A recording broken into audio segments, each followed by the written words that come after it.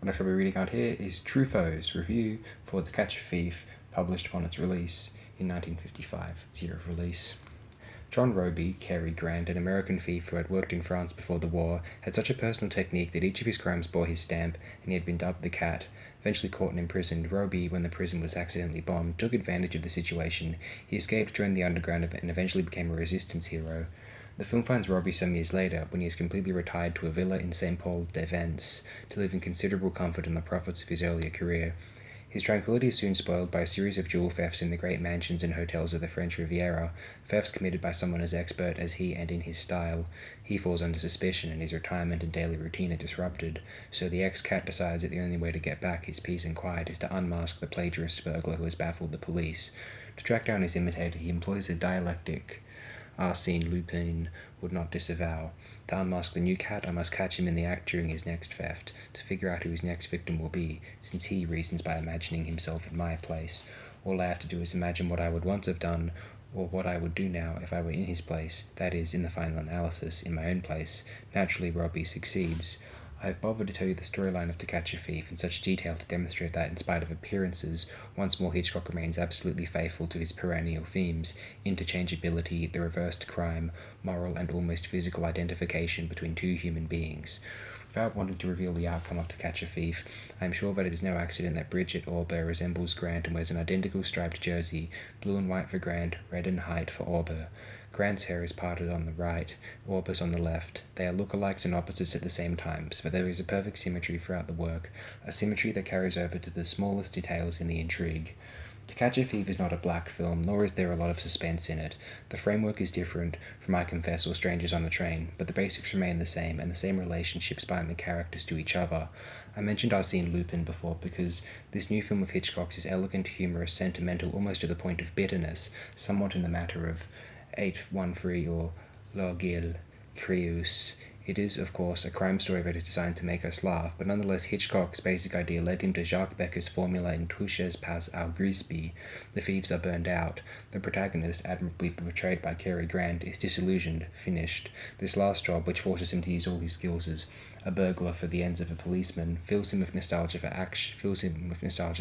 You may be surprised that I consider To Catch a Thief a pessimistic film, but you have only to listen to George Olds and Lynn Murray's melancholy music and watch Grant's unusual performance. As in Dial M for Murder and Rear Window, Hitchcock's use of Grace Kelly is critical. Here she embodies the character of a superb Yankee Marie Chantal, and she's the one who finally catches Grant by getting him to marry her. I have read that To Catch a Thief has been criticized for its lack of realism, but Andre Bazin has pointed out the nature of Hitchcock's relationship to realism. Hitchcock does not cheat the spectator, whether it is a case of simple dramatic interest or of profound anguish. Our curiosity is not compelled by a vagueness about what the threats are.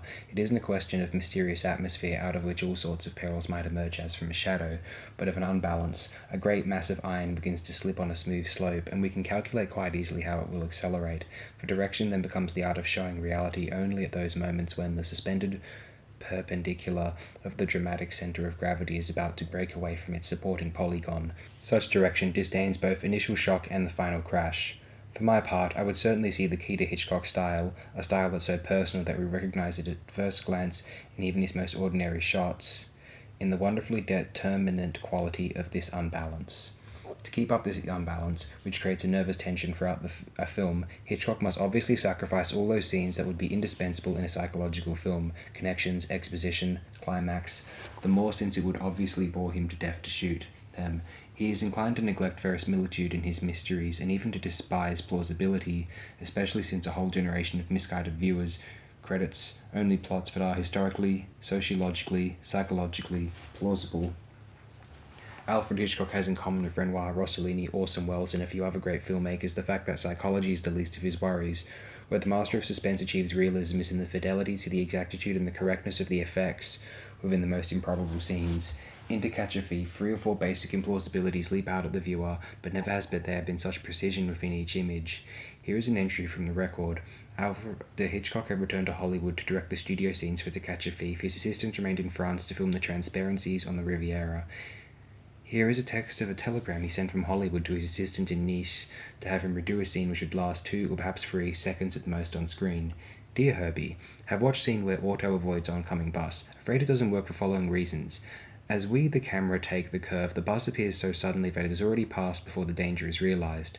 2 corrections. First, move along the long straight road with the curve at the end so that we are warned about the curve before we get there. When we reach the curve, we should be shocked to find autobus appearing and coming straight at us, because since the curve is narrow, the bus should be on the left, but we, the camera, should never take the curve straight.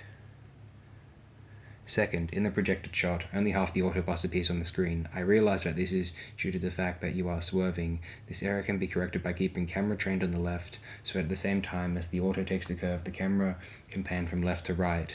All the rest of the shooting is breathtakingly beautiful. Regards to the whole crew, Hitch.